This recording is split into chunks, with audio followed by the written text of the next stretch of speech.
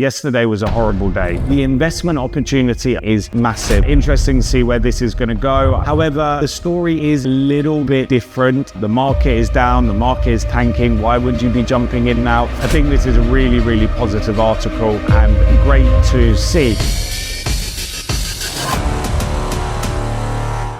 Good morning, guys. It's Tim from FNGO, the channel that brings you all the latest from the world of crypto, sports, news, and lifestyle. And what a show we have for you guys today. We have CZ going to jail. We have Twitter freaking out about the Bitcoin price. We have all roads leading to Saudi Arabia and so much more. So thank you so much for tuning in. If you could do me one tiny little favor this morning, and if you could like the video, if you could subscribe to the video as well, it would be amazing. We're a new channel that's really trying to start out to bridge the world of sports, bridge the world of cryptocurrency, and really bring this to the masses. So please subscribe. And without further ado, let's dive into the video. So this morning, guys, looking at the market, it is red across the board. We're seeing the price of Bitcoin down at 60,000. It actually started 24 hours ago yesterday, up at around 64,000. So a drop of around $4,000. And we've seen Ethereum drop under 3,000. Now, we did see a little bit of a bounce on the 4-hour candle, which I'll go into. But look, really, we've seen bloodbaths across the industry for pretty much the last 7 days. I mean, we've got coins like Solana that's down 20%. We've got Dogecoin down 18%, Cardano, Shiba Inu, Avalanche. The market has been taking a little bit of a battering recently, and we're seeing a relatively healthy pullback, in my opinion. Nothing to really worry about. And I think, look, we're still in previous bull market cycles. We've seen corrections all the way down of like 30%, and we're nowhere near that at the moment. I think, look, red across the market. We did see a bounce. Obviously, Bitcoin is down 5.5% on the last 24 hours. Ethereum down 5.7%. Trading market cap, is at $2.3 trillion.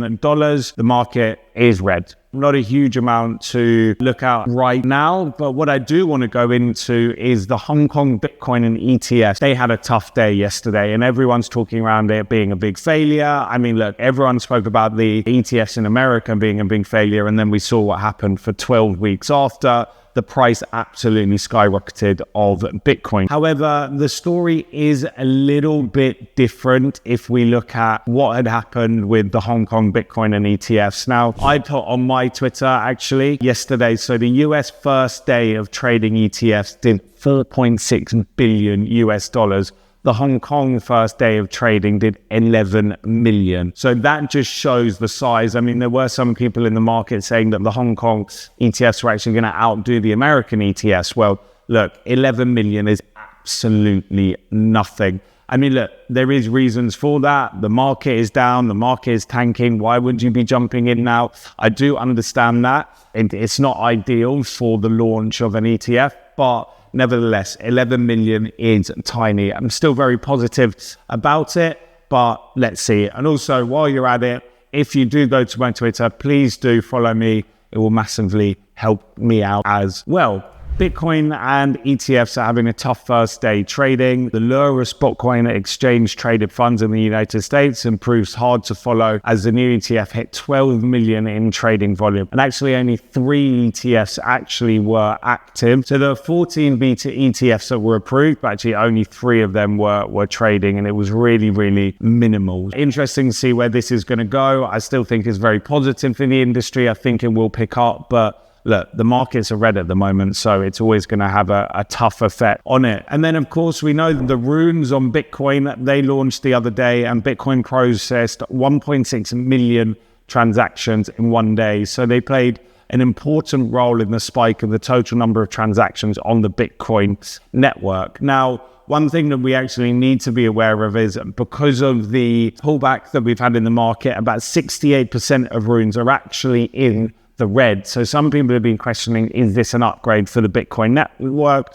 I think it is. I think, look, it's great. I think, again, look, it's easy to say things are in the red at the moment. We're in a pullback from Bitcoin. And when Bitcoin is dumping, then the whole market tends to follow. But one thing that I do want to talk about is the Middle East. And I've been talking about it. I've set my business up in the Middle East. Specifically in the Middle East, I want to talk about Saudi Arabia and I want to talk about Riyadh, because I believe that this is going to be the next hub for Web3. For anyone that doesn't know, Saudi Arabia's population is 37 million people, and 70% of that population is under 40. It's super tech savvy, it's young, and they have disposable income. So I believe, and it's one of the reasons that our company, FNGO, we are launching in Saudi Arabia. We are hedging our bets that Saudi Arabia is going to be a powerhouse for Web3. It's becoming a powerhouse for sports. And that's what FNGO is actually doing. We are tapping into that Web3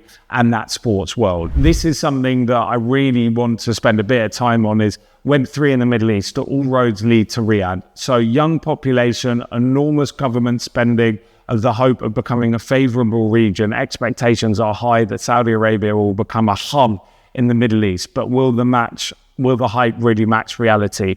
Well, look, the first thing I think we need to say is the Middle East, specifically UAE, they have become that hub. So obviously you've got things like the VARA regulation, you've got ADGM, which is the Abu Dhabi Global Market Regulation. And we also know that ADGM Hub 71 launched a 2 billion initiative to support Web3 startups in the region. I think it's fairly amazing what's going on in the region, but actually what we're now starting to see is brands are now starting to move in specifically to Saudi Arabia. We saw Outlier Ventures, they actually announced a partnership with Saudi's National Technology Department program to really start targeting the region. We've also seen that Golden Gate Ventures, they've started opening up an office. They're already in the Middle East, but they're now opening up an office over in Saudi Arabia. We also know that Animoca Brands, they're as a VC, they partnered with King Abdulaziz at City for Science and Technology. We know that the Public Investment Fund has held partnership talks with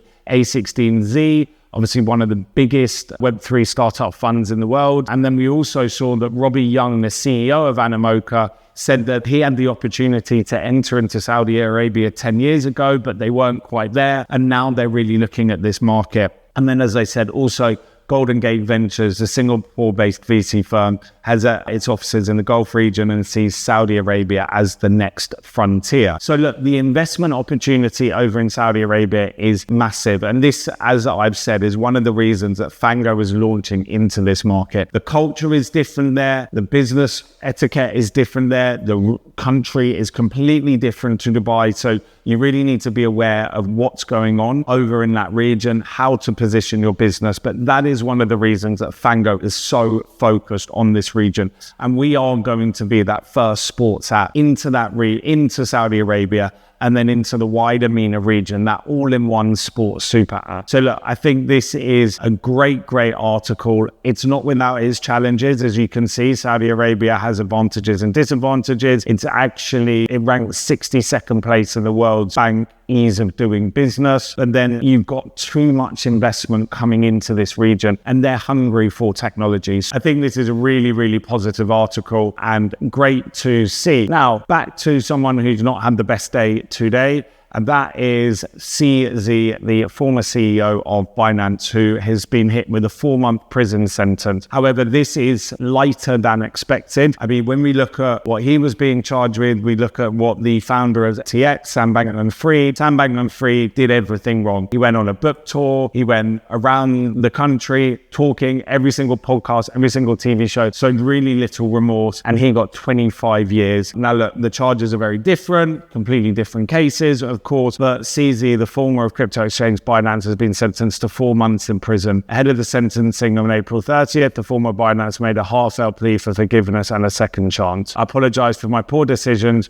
and accept full responsibility. Rest assured that this will never happen again. Please accept my assurances that this will be my only encounter with the criminal justice system. So look, CZ is coming out, was really apologizing around this. Ultimately, people are going to make up their own opinion on what he did. I mean, a lot of people backing him. A lot of people have already been seeing across Twitter saying free CZ, free CZ. Ultimately, 4 months that he's going to be, and prosecutors wanted to punish Zal for unprecedented crimes. In the months leading up to sentence, US prosecutors left no stone unturned in their question to CZ faced severe consequences for his transgression. 4 months really is not a huge amount of time for some of the stuff that he was being accused of.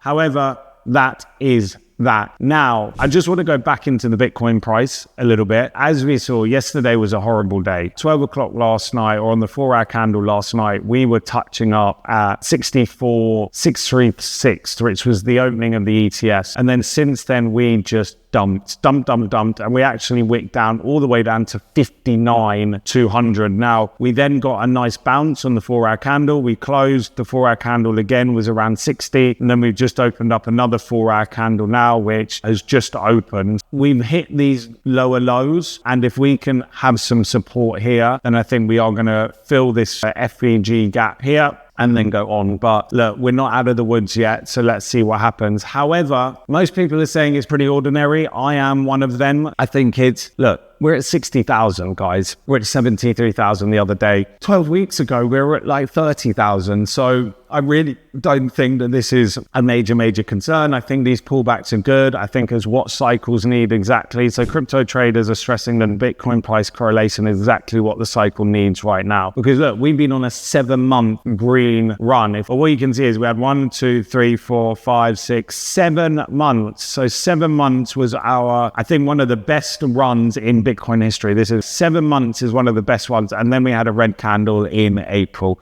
Obviously, it's 1st of May today, so we will see. But look, traders are saying it's pretty ordinary, declined approximately 20% over the past 3 months, but traders are unfazed by the decline, claiming it is just routine correlation in the market cycles. And I tend to agree with them, guys. So look, don't stress out. Obviously, if you're trading, be safe out there. Make sure you have your right stop losses. If you're holding, then just hold. We've got nothing else to do. But guys, that is it from me today. Thank you so much for watching this video. Please like the video. Please subscribe to the video. Please also comment below if there's anything that you would like me to talk about. I really appreciate it. Thank you so much, and I will see you tomorrow. Have a beautiful day.